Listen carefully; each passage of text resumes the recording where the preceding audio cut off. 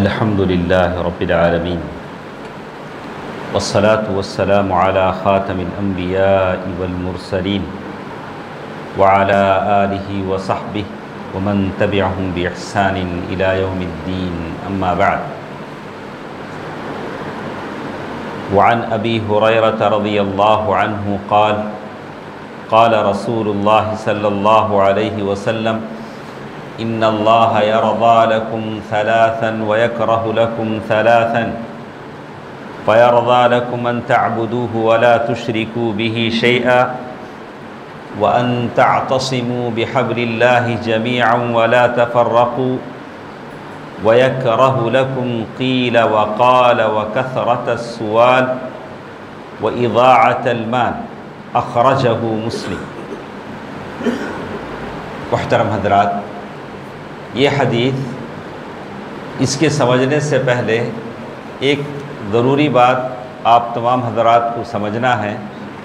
Reports regarding divine religion یعنی تقدیر جیسے ہم کہتے ہیں، اللہ تبارک و تعالیٰ جو ارادہ کرتے ہیں، اللہ تعالیٰ کی جو مشیت ہوتی ہے، سب سے پہلے اس بات کو سمجھنا ضروری ہے کہ دنیا میں جو کچھ ہوتا ہے وہ اللہ کی مرضی سے ہوتا ہے.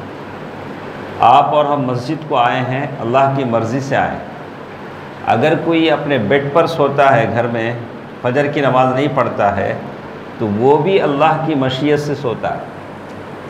آپ کو بھی اللہ نے اپنی مرضی سے لایا، لیکن آپ کے لانے میں اللہ کی رضا ہے، اللہ تعالیٰ خوش ہوتے ہیں. لیکن اس کو جو وہاں سلایا گیا اس میں اللہ تعالیٰ کی رضا نہیں ہے، لیکن اللہ کی مشیت ہے، اللہ کا ول ہے. اللہ کے چاہے بغیر کچھ نہیں ہو سکتا ہے. تو اس کو ایسے کہا گیا کہ عقیدے کے چیپٹر میں علماء جب بیان کرتے ہیں تو کہتے ہیں ارادہ دینیہ شرعیہ، ایسے تمام کام جو بندہ اللہ کے لیے کرتا ہے، اللہ کو پسند ہے، اسے نام دیتے ہیں ارادہ دینیہ شرعیہ. اور وہ کام جس میں اللہ کی مشیت ہوتی ہے، اللہ تعالیٰ کی رضا نہیں ہوتی، اللہ تعالیٰ خوش نہیں ہوتے ہیں، کہا کہ ارادہ کونیہ قدریہ، جو کون ساری دنیا میں جتنے بھی کام ہوتے ہیں اس کے پیچھے اللہ کی مشیت ہوتی ہے. جیسے اللہ تبارک و تعالیٰ نے قرآن مجید میں کہا یضل بہ کثیرا، اللہ تعالیٰ اس کے ذریعے سے بہت سارے لوگوں کو گمراہ کرتا ہے. اب ایک آدمی پوچھتا اللہ بھی گمراہ کرتا کیا؟ اللہ کیسا گمراہ کرتا؟ بولتا کہ نہیں، اس کی گمراہی میں اللہ کی مشیت داخل ہے. وما تشاءون الا ان یشاء اللہ. تو اس طرح کی دو چیزیں ہیں جو عقیدے کے باب میں ہم پڑھتے ہیں، ارادہ شرعیہ دینیہ، ارادہ کونیہ قدریہ. تو اسے تھوڑا انشاءاللہ اور بھی باتیں آگے آئیں گے، ہم تفصیل سے اسے سمجھیں گے. یہ حدیث ابو ہریرہ رضی اللہ تعالی عنہ کی ہے، جس میں اللہ کے نبی صلی اللہ علیہ وسلم فرماتے ہیں ان اللہ یرضی لکم ثلاثا، اللہ تعالیٰ تمہارے تین باتوں سے خوش ہوتے ہیں. وَيَكْرَهُ لَكُمْ ثَلَاثًا، اور تین باتوں کو اللہ تعالیٰ ناپسند کرتے ہیں. وہ تین باتیں جن کو اللہ تعالیٰ پسند کرتے ہیں، جس میں اللہ کی رضا داخل ہے، اللہ کی خوشنودی داخل ہے، وہ کیا ہیں؟ أَن تَعْبُدُوا وَلَا تُشْرِكُوا بِهِ شَيْئًا، کہ تم اللہ تعالیٰ کی عبادت کرو، اللہ تعالیٰ کے ساتھ کسی کو شریک نہ کرو. پہلی بات اللہ تعالیٰ چاہتے ہیں، اسی کہا کہ اللہ تبارک و تعالیٰ چاہتے ہیں کہ بندے اپنی عبادت کو خالص کریں. اللہ تعالیٰ کسی کی ملاوٹ نہیں چاہتے، کسی کی شراکت داری نہیں چاہتے، کسی کی ساجھے داری نہیں چاہتے. ان تعبدوا ولا تشركوا به شيئا. دوسری چیز وان تعتصموا بحبل الله جميعا، اور تم سب کے سب مل کر اللہ کی رسی کو مضبوطی کے ساتھ تھامو.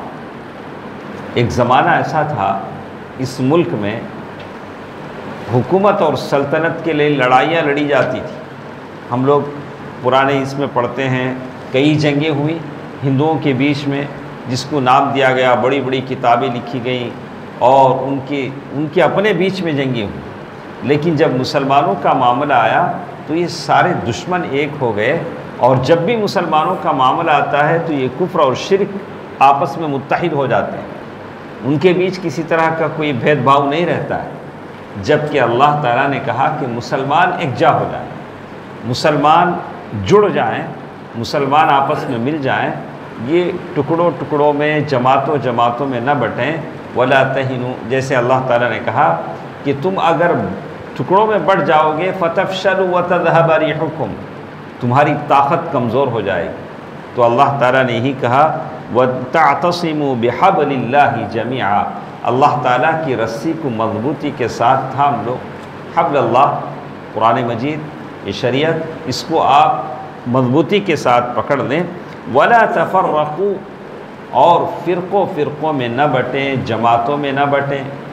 جماعتیں صرف پہچان کے لیے ہوتی ہیں، وہ بٹوارے کے لیے نہیں ہوتی۔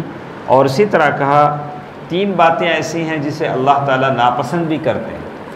وَيَكْرَهُ لَكُمْ قِيلُ وَقَالُ، قیل و قال بیکار کی سنی باتیں ہیں جس کی کوئی بنیاد نہیں ہوتی، لوگ خواہ وائرل کرتے ہیں، ایسا معلوم ہوا، ایسا سننے میں آیا، میں نے نہیں سنا، کسی نے کہا۔